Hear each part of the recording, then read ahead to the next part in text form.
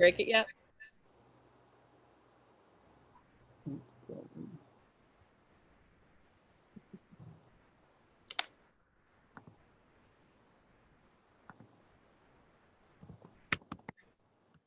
Yeah, we're live, John. I see us. All right, great. Well, we are live on Facebook. So very exciting. Hi, my name is Alicia Orsini, and I am the president of Women in Film and Video New England. But today I am here so happy to talk to some awesome filmmakers from the Woods Hole Film Festival, which is happening July 25th through August 1st. But we're here now because we want to get to meet our filmmakers. So good morning, everybody. Good morning. Good morning.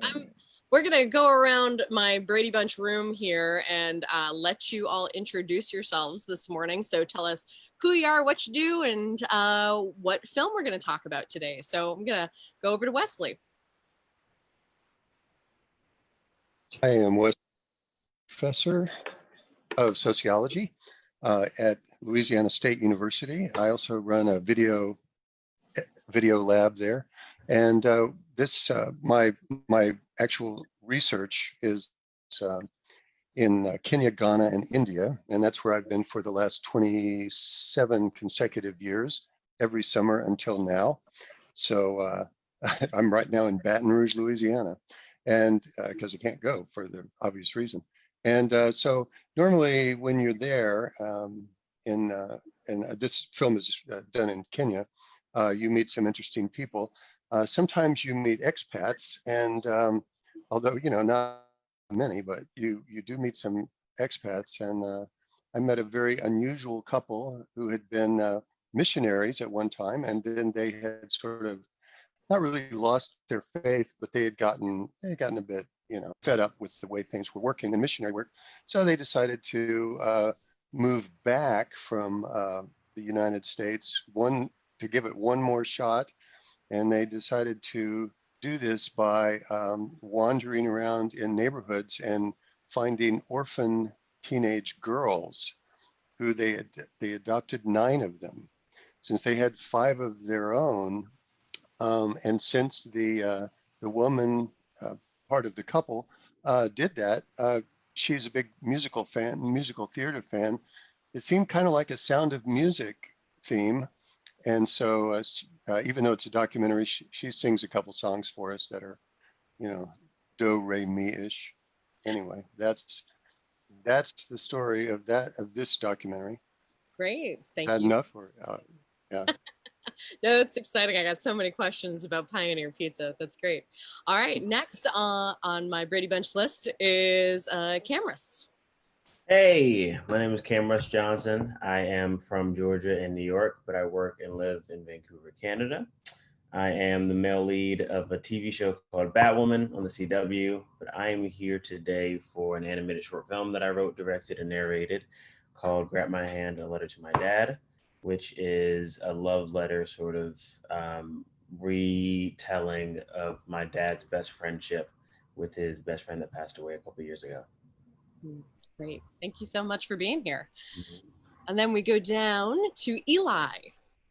Hi, thank you for having me. My name's Eli. I am a recent graduate from Ithaca College, writer and director of the film Waking, which is my look at it's a psychological thriller that deals with a Jewish grief ceremony, as well as the horrors surrounding grief in our modern age. I think that's a scarier thing than a lot of monsters. So that's kind of what I'm doing, what I'm making. So yeah, thanks for having me.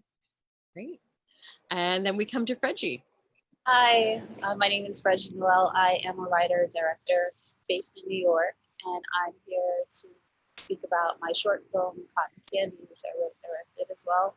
It's about a Haitian American girl and a Dominican American boy who fight for a cotton candy route on Orchard Beach in the Bronx.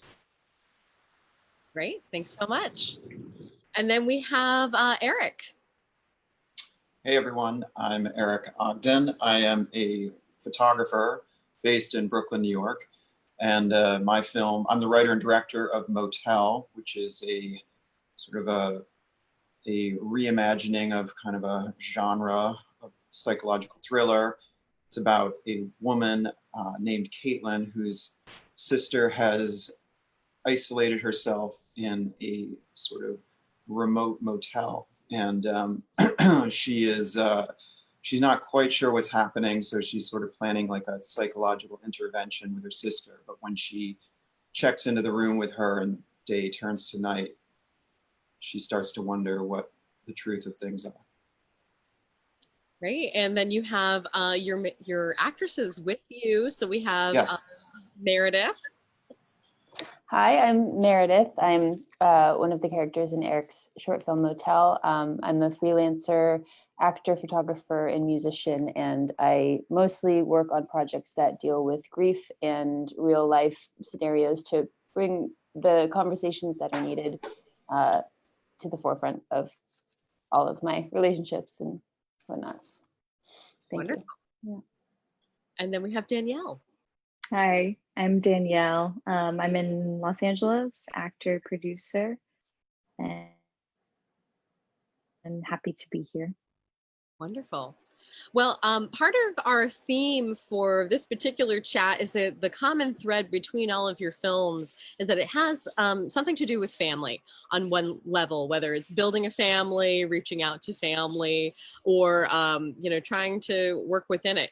And I want to start with our sisters since we have them here for Motel. First of all, the film itself it has this. You're taken on a ride where you're really not sure what's happening. So I'm wondering for the two of you, when you read the script, what were your first impressions that kind of got you in to being a part of this film? Let's start with Meredith. Sure. Well, Eric and I have worked on a couple projects together, so we've built up a friendship connection, and talking about our own family history and mental illness and our friends and family. And I've had friends who go through different I guess mental experiences, and I found that I wasn't connecting with them at all because of a lack of understanding. So reading this project and kind of diving into the headspace of someone who has a different like just not neurotypical was exciting to me, because I got to kind of use this as a tool to reach back out to these friends that I had isolated myself from, and find connection there and actually build another layer of friendship and connection and understanding and empathy, which is my goal. So it was humbling to play a disturbed character in this circumstance, and it just brought a lot out. It helped me understand things. It's actually helped me kind of prepare for the pandemic situation in a way, kind of differentiating between what's real and what's not real, what's mine, what's other people's, etc. So there's just a lot to work with in there. Great. So when you approached the character, you approached it from absolutely as a character, I have some, sort of abnormal neurotypical issue. But for Danielle, how did you approach walking into this? Because it seems that, part of the story is you're doubting at some point, and you're letting the film viewer doubt what's actually happening. So can you talk a little bit about your approach to the role, Danielle? Sure. Yeah. I think it's what struck me was that it's not easy to help loved ones always. It's a complicated and nuanced situation usually, and I think that there was a lot of complication in the script, in the story. But yeah, I think kind of like what Meredith was saying, differentiating what's yours and someone is. When you're in a space like this with someone, it's very easy to kind of take on their experience, and you don't know at a certain point what's your experience and what's their experience. So that was interesting for me. And then especially since they're sisters and they're related, I think the bond made it easier for my character to kind of absorb into her sister's experience. So just some good family dynamics to explore. Just a nice Family bonding. family Yeah. vacation in a motel where suddenly there's Right. plastic on the walls. It's all good. Eric, Yeah. tell us a little bit about, for you, where this film came from. Yeah, so actually this was this was a script I wrote years ago. The first draft of it was quite a few years ago, and I just sort of put it in a drawer. And then a friend of mine, that the cinematographer actually ended up shooting it, Santiago Gonzalez. He just was a friend, and he'd just kind of been bugging me about it and was just saying, "Dude, we got to shoot this film. We got to shoot this film." He was, and really, I'm glad he kind of nudged me. And then there was just sort of this opening of time, and I felt like, you know what, I'm going to do this. It's either going to be now or never. I need to just like pull the trigger on this. So yeah, I basically just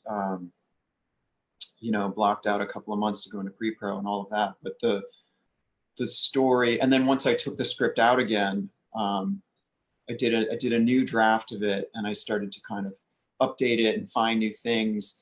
But for me, so some of it is based on sort of personal experience I've had through, sort of experiencing other people dealing with mental illness, but at the same time, it's a genre film, and I wanted it to be a thriller, and I wanted it to be a thrill ride, and I wanted to play on the conventions of genre, sort of like these tropes that horror movies have and things like that, and kind of keep everybody guessing. And I really I wanted to ride that fine line all the way to the end. And in fact, I think, Danielle, you can tell me if this is right, but I feel like I avoided telling you what was going on. Like, Definitely. I think you asked me, you were like, "So what is really happening?" And I was like, it doesn't matter. I wanted you to be in the dark because your character was in the dark. And I think it wasn't until we shot the final sort of the climactic scene where we all sat down on the beds in the motel room, and I was like, "So this is actually what's going on." And so anyway, so I like that idea, because that's the experience of the audience, and really you're seeing through, Caitlin, who is played by Danielle, her eyes.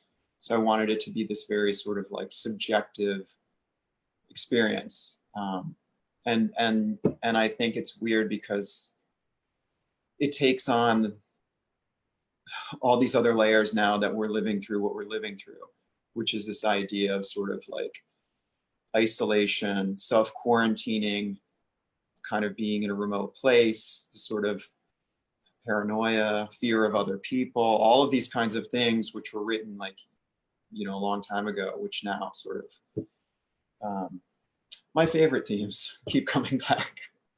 Anyway, so that's sort of the background on it. Well, I feel like for, this being a psychological thriller, dealing with a very, very real issue, but you kept it very real. And I want to jump over to another filmmaker, and Eli, I'm coming to you, because Eli's dealing with a lot of the same. You're dealing with grief, something that is very real, but has blown out. You've gone fully into horror with your film. So talk a little bit about what your film is about, and a little bit about, for some people that don't know, so your film is Waking, and Sitting Shiva, or Shiva. Could you explain some of that and talk about your film? Yeah, of course. My film at the heart is really just about a young kid that is unable to really understand or rationalize his grief and like open up. I feel like death, especially in America, we are very uncomfortable talking about it, and that kind of closes us off to it. So I use that as a vehicle for full-blown horror because I've always been a horror fan. I think in terms of like a catharsis or like a visceral reaction, horror has really been the genre for me. And we're kind of seeing a really nice revolution or recontextualization that horror is like this amazing genre, like Jennifer Kent, Ari Aster, they're really taking hold of that. So I wanted to play with that. That along with dream logic. I've always loved like Argento, David Lynch. And so I just wanted to have fun making this film and going full blown, but also kind of point that, especially when we're not dealing with something, it's like our dreams are the thing that's kind of telling us. So playing with this reality versus dreams, I think is just an extremely cinematic thing. And it just was very translatable from script to screen. So I don't want to give too much away because I want to entice the audience to come see your film, but explain a little bit about just again what Shiva is and the psychological thing that it looks like the father is going through, but then the son is dealing with it on a whole nother level. So Shiva is very similar to like Awake in that you after the death you sit it. The film is post Shiva. Shiva essentially, the idea is that your house is filled with people so that you are unable to be alone, and everything is taken care for you so that you can kind of focus really in on this grief. But I think one of the biggest things in my film is the covering of mirrors. Kind of, you're not supposed to look and see yourself in this state of grief, and that kind of goes for, I believe it's 7 days. Don't tell my rabbi if I don't know. But so yeah, that's kind of what's going on. So I have the father and the son, both are dealing with this very real inability to grieve because they're not moving on from the Shiva. And on top of that, I have psychological thrillers deeper on that I don't want to spoil. Right. Now I know Eric, there in your film as well, there is the mirror that for Meredith's character. Yeah, that's interesting. That was just like I just thought of that when Eli was talking about that scene, but it's that was just more sort of an instinctual thing. Yeah. There's a covering of a mirror in my film. Oh, no, I see. Great minds think alike. There you go. Making connections. So to the point of grief, I want to talk to Cameras because first of all, I loved your film. I made my husband sit down and watch it after I watched it. It's such a love letter. Let me let you go ahead and talk a little bit more about it. Okay. First of all, guys, I am not a morning person. So if I'm talking really slow, if I just stop making sense, just somebody flag me, and I'll try my best. So again, the film is called Grab My Hand, A Letter to My Dad. And yes, my dad's best friend, his name was my Uncle Dwayne. We weren't actually related, but in Southern Black families, everyone's my cousin. So my uncle passed away a couple years ago. And my dad is one of those not show emotions type of guys, but like, he'll do it, but not really. So for his best friend in the hospital and really going through it and passing away, my dad was very clearly breaking, but not showing it. So I wanted to make something that would make him cry, honestly, so that he could just sort of watch in his free time and not have to share it with anyone. So I decided I was making an animated short film with my animator, Pedro Piccinini, who's amazing. And I asked him to put that project on hold so that we could make this sort of impromptu 5-minute animated short for my dad. And he was down, so we did. And at first I wrote like this 10-page, like normal Pixar style animated short with like a story and characters and all this stuff. And then my animator was like, how about we just completely strip it down, get rid of all this stuff. You just write a few pages of narration of what you're trying to say and just say it. And then I'll animate to it and then we'll clean it up. So it was sort of just like the animation is very simple. It kind of just goes along with what I'm saying. And there's sort of a story there, but it's just a retelling of their friendship, because I didn't know until after he passed that they were so close that they'd call each other every single day and say the words gate check. And gate check was their sort of daily check-in, which meant, are you awake? Are you alive? Are you on your way to work? And I never knew that, but I guess my uncle's kids, my cousins, they heard him say it all the time because he was a much louder man than my dad. So every morning they hear him be like, gate check, you know, it was their thing. So I made a short film based around that. And yeah, it was funny. The timing was pretty crazy because I was shooting the pilot of my show last year when I finished the film. And my dad had come to visit me in Vancouver to watch, to come to set and like, you know, celebrate, I guess. So I didn't know how to talk to him about sad stuff. So I was just kind of like, we were just on the couch laughing about something. And I was like, okay, cool. So I made this thing and we're going to watch it now. And I just kind of turned it on and we watched it and we cried and we hugged and we did the whole thing.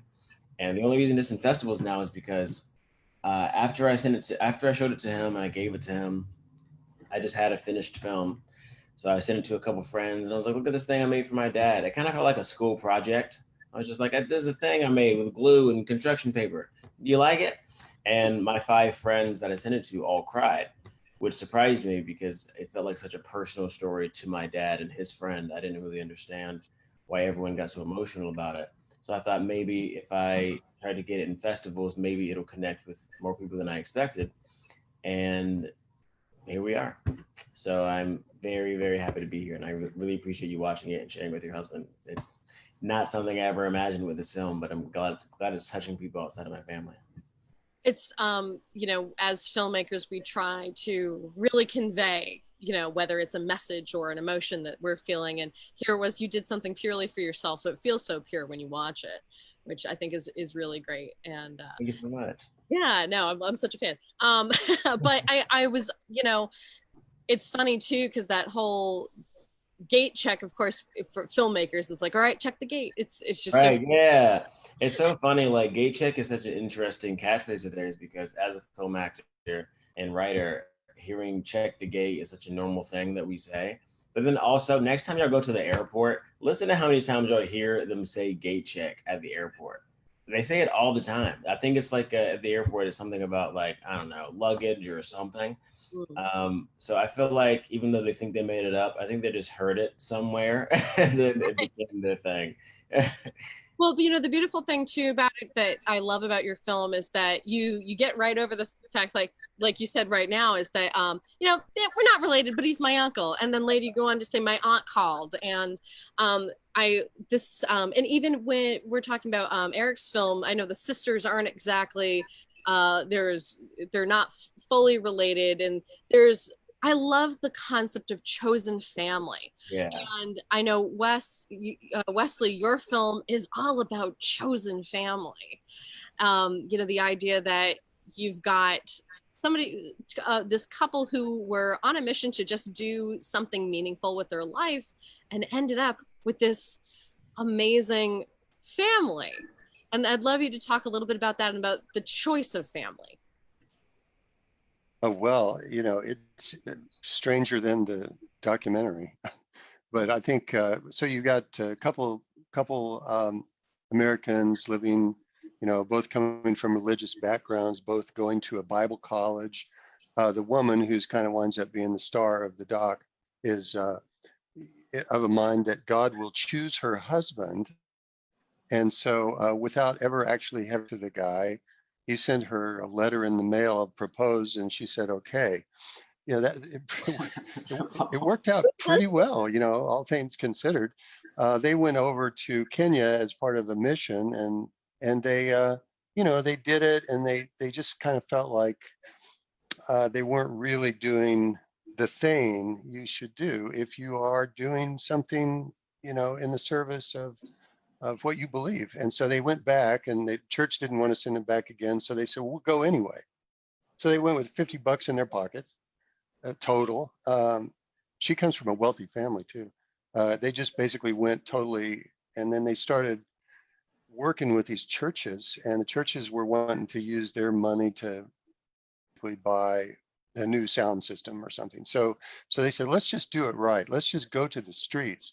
And they literally started collecting teenage girls who are probably the least adoptable people, um, whose mothers were dying of AIDS, and they collected 9 of them.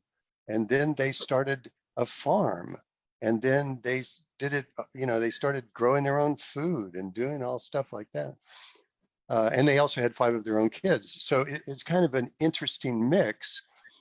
And the racial dynamics are very, very interesting because, you have 9, we don't call them really Kenyans, because if you're born in Kenya, you're a Kenyan, but they are 9 black teenage girls, Africans, and they live with this family of Americans. I think either 1 or 2 of them are born in Kenya, little girls.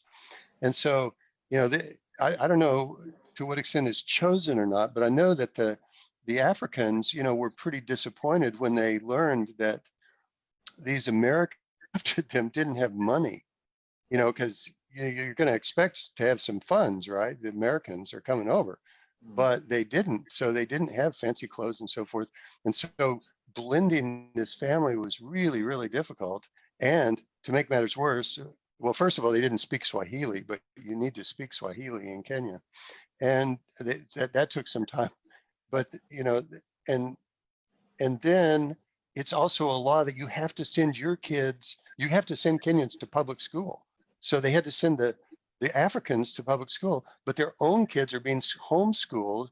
So that introduced a little division that was not, ideal.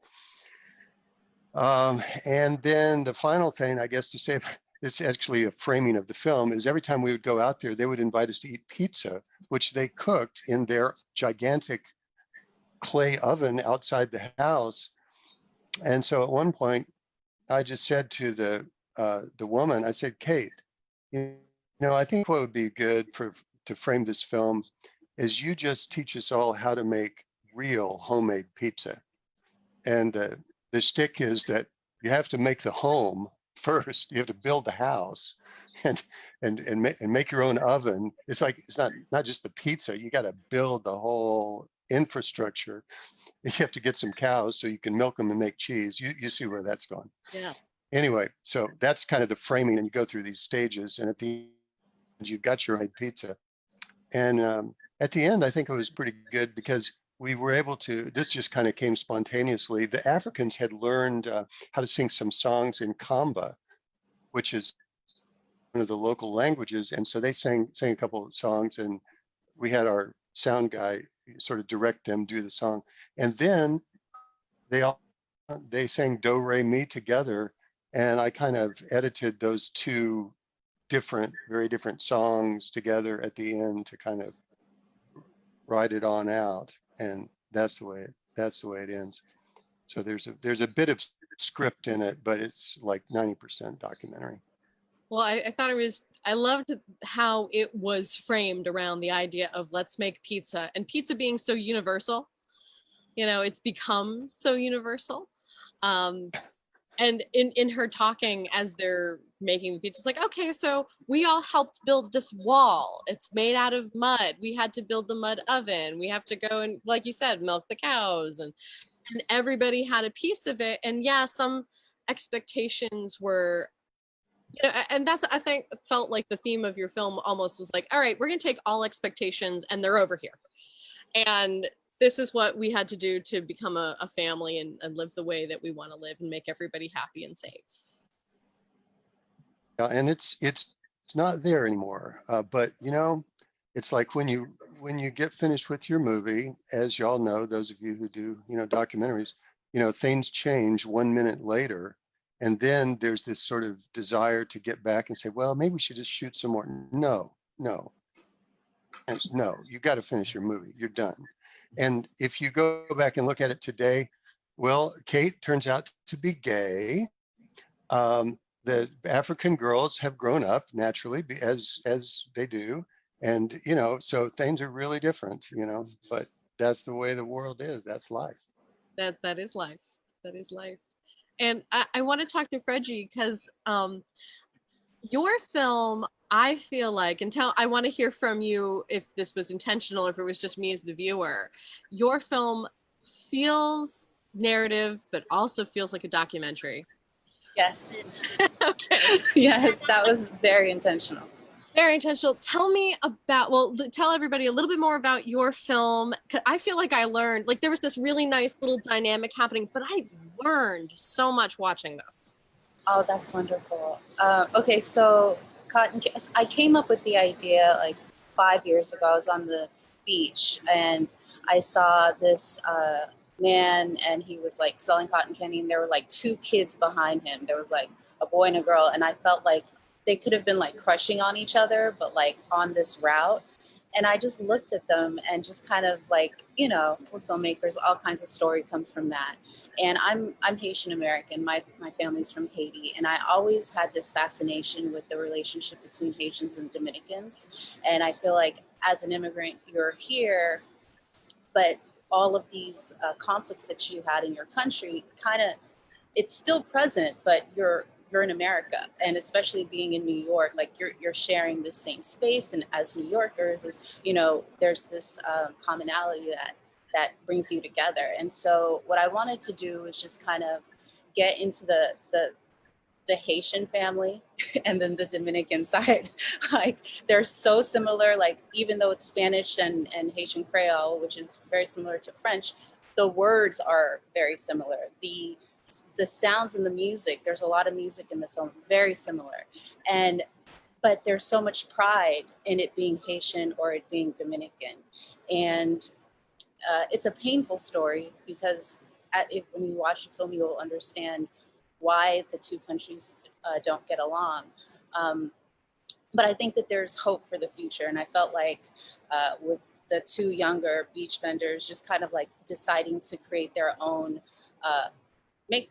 make their own future, like it's not about what happened in the past. It is about what happened in the past, but it's about how you affect change with that. And so it was really important for me to get that story out. And, Hispaniola was known for candy, for sugar. So cotton candy just seemed like a beautiful kind of like thing to be selling. And they sell a lot of cotton candy on Orchard Beach. So I just felt like if it's a narrative, like I want to bring you into the story. Like I want to use the imagination and all of that, but it's just really important that I put this very clear kind of realness into it. And documentary is one of my favorite genres. I've been really trying to do with every project, kind of like mesh the two just so that it could be a different kind of experience. I love how you weaved it in and out, visiting the family. I got to share a moment in the film where, the young woman is like, I don't know what to do. And mom or aunt or somebody was like, I have an idea. It's organic. And I busted on that. I'm like, it's organic cotton candy. I love Only in America is organic a thing. Like I showed it to my friend who's from Macedonia, and she was like, organic. Like she understood like that's such an American concept. Like everywhere else, everything is organic. So there's no need to qualify it. But we're here. But it did. It really was like, here's the place that we're in, and we know exactly how we're going to talk to. Being having a marketing hat on, I'm like, oh, she knows exactly what to do. Yeah. It was so great. I just loved that moment. But there is this really nice. When I was first started watching the film, the first thing I wrote down was like, is this a Romeo and Juliet story? And it's not. It dances around that. They want the same things though.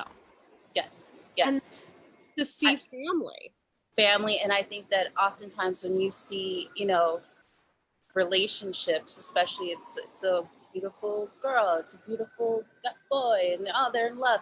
I think that there's just more to it than that. Like life is so nuanced. We have so many different needs, and whether it's you know, there's grief in the family, in the story. You know, that the whole intention behind selling the cotton candy for one character is to help pay for a funeral because she can't get to, you know, travel to the country. There's just so much there, but I know that Romeo and Juliet is this, again, narrative to get you in, and you'll think that, oh, maybe there's a chance, and maybe there is. I felt like, you know, the ending is kind of open-ended, so yeah, I wanted to play around with that. I loved how that played out, and so I do have a story with that ending. Oh, please. So I the camera equipment for that film was quite expensive, and as we were filming, a thunderstorm hit the beach, and so that's the last shot, and it's the shot that, like, I, you know, 5 years ago I was on the beach. That's the shot. That's what made me want to do the film. And so my entire crew like ran because they were scared of getting electrocuted. I took a PA cell phone and shot it myself.